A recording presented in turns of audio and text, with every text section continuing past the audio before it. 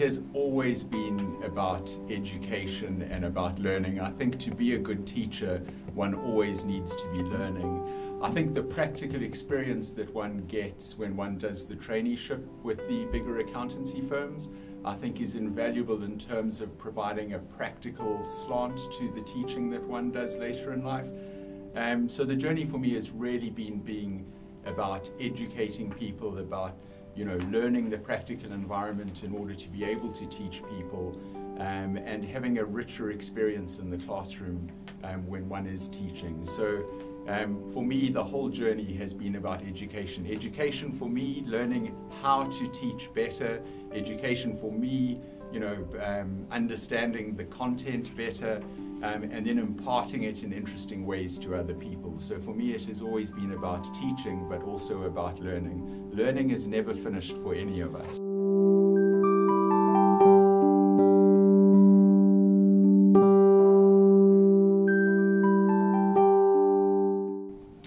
We're lucky in the world we live today compared to the world of just a few years ago, where today there is a wealth of resources that are available to people on the internet, for example.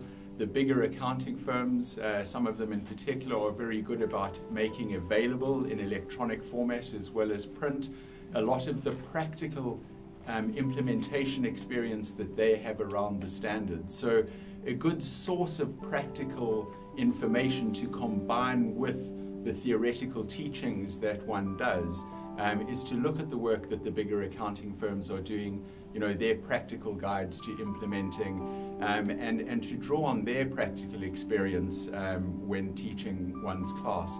Another thing that is quite useful, I think, in the classroom environment is to involve people who are in practice in the classroom.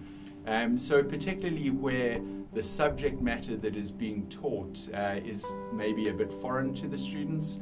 One example of this, when I was teaching in South Africa at the university, when we were teaching financial instruments and the students were very unfamiliar with the financial instruments, before you can teach them how to account for the instruments, they need to understand the economics and finance behind those instruments. So people from the biggest accounting firms used to come in for a Friday and a Saturday, spend 2 days with our senior students before we taught them their financial instrument accounting class, where they weren't so much teaching them the accounting, but they were teaching them the finance and the practical experience around those financial instruments. And then it was much easier when we came to teach them the accounting for those instruments. They understood the instruments, they understood the economics of the instruments, to some degree the pricing in the instruments, and after that teaching them the accounting is much easier.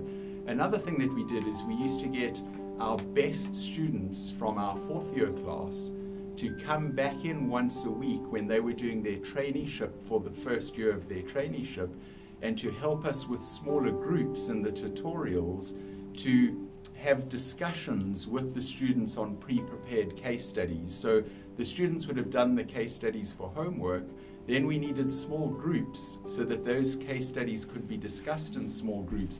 And again, bringing people from practice in to help with that benefits practice, because they end up with better quality students entering practice, and helps us to teach our students in smaller groups so that they can benefit from that experience. So I think there's many good symbiotic relationships between the academic community and those in practice. So there are ways to harness that and bring it into the classroom.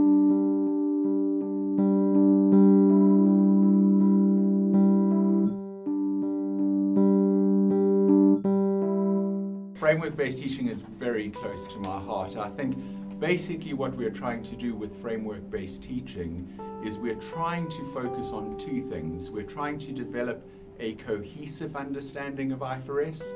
So that's where the name framework-based teaching comes from. We're trying to link the accounting to the conceptual framework.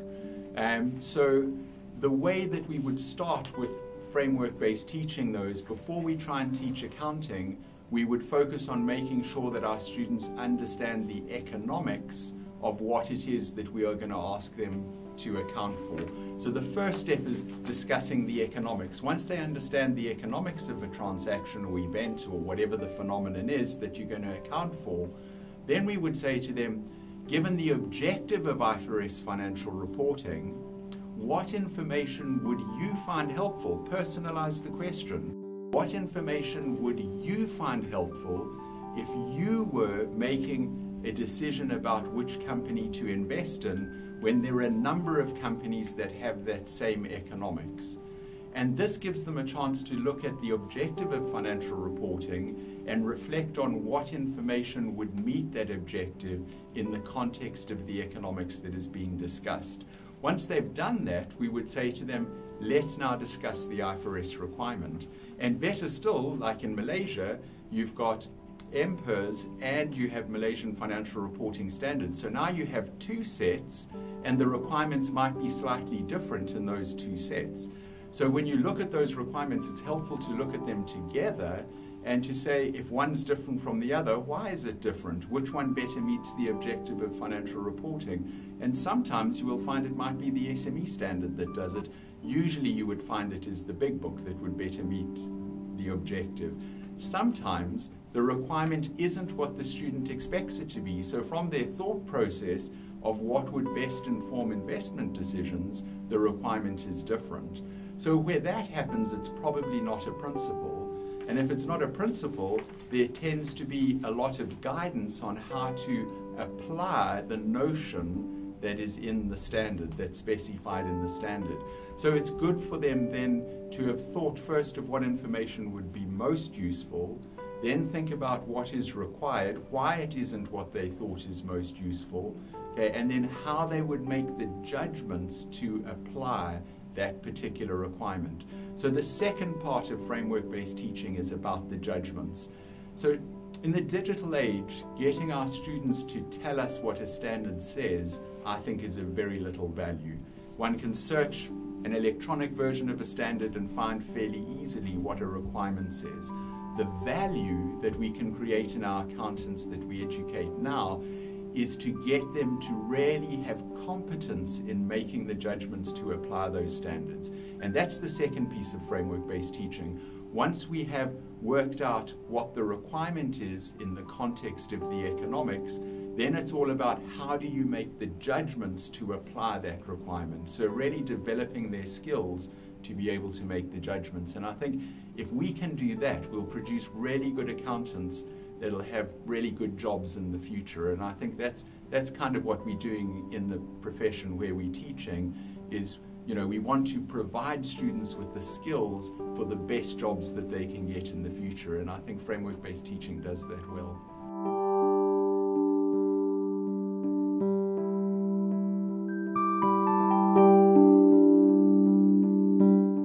The economics hasn't changed. The economics is the same. What's changed is the reporting requirements about that economics. So if you think of the framework-based teaching approach, the first step was to understand the economics. That hasn't changed. The second step was to think about what information would be helpful for informing investing and lending decisions. That hasn't changed. The third step has changed. So now when you look at the requirement, it's different from the requirement you had before. If the student is familiar with the old requirement, then it's useful to say to them, well, here's the new requirement. Okay, which requirement's better, the old one or the new one?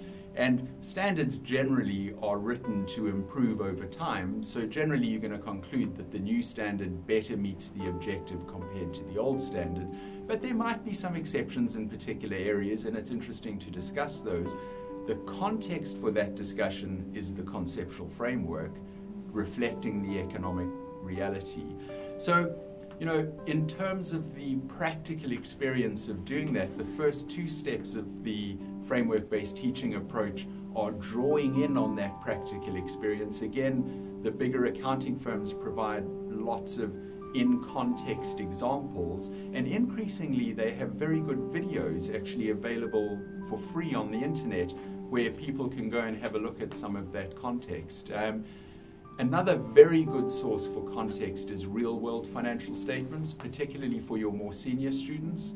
I think that is a really good source of information. It was accounted for different last time, under the old standard. How will it be accounted for the next time? And a bit of that is in the financial statements, because in advance of adopting a new requirement, companies are supposed to be disclosing, in accordance with MAS 8, what the effect of the new standard is likely to be when it is implemented. So that information is already in context in the financial statements of the companies that are doing it well, and it provides, the good real-world context to be able to have the discussion. I'm all for trying to reflect the real world in the classroom. I think it is very important to do that.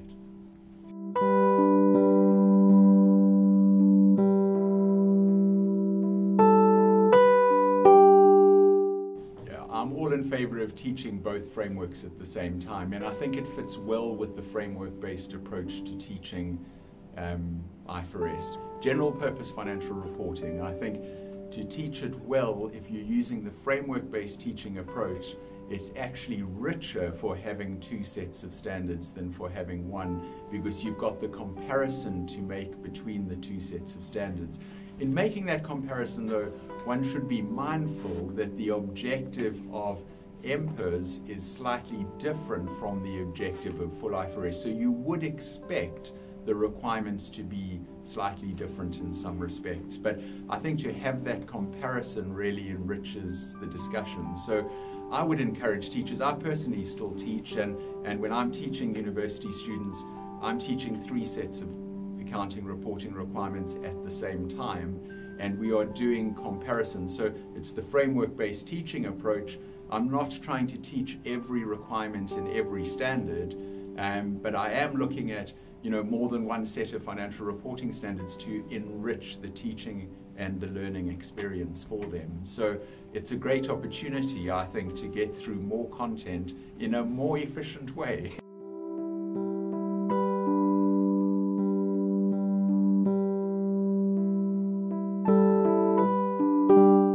The only way I think you can get students to develop their skills to make judgments is to make them make judgments. So you have to prepare them well first to be able to make the judgments. So, you need to discuss the economics, you need to, discuss what information, so the whole framework-based approach I think one should do first.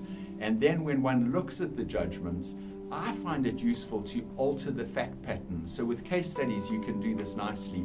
Even if the case study as written presents only one set of facts and circumstances, the students can make the judgment in that context first, but then you can alter the fact pattern. What if this was additional information or that was different?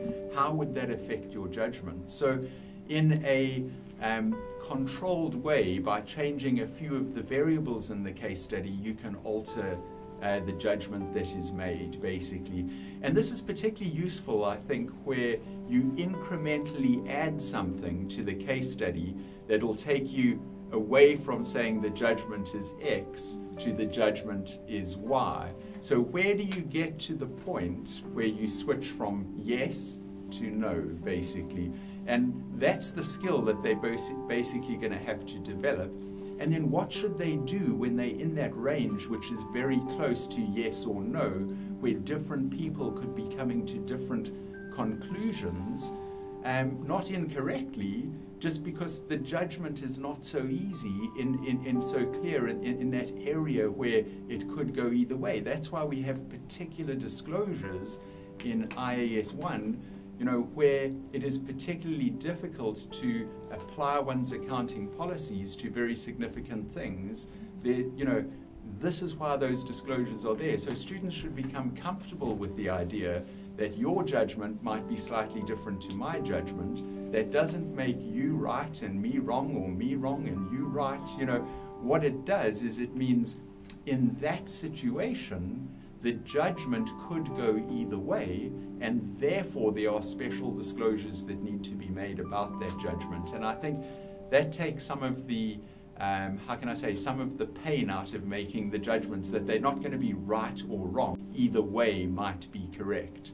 but giving them the experience and the comfort of sitting in groups with other people that might come to a slightly different judgment to them and not be wrong about coming to a different judgment, I think is something in the skill set that's going to help them a lot when they go forward.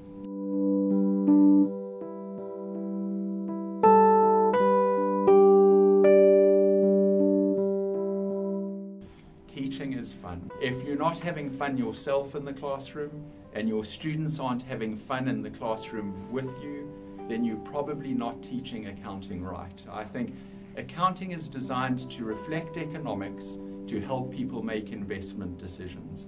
Accounting cannot be boring. I do not understand when people say accounting is boring.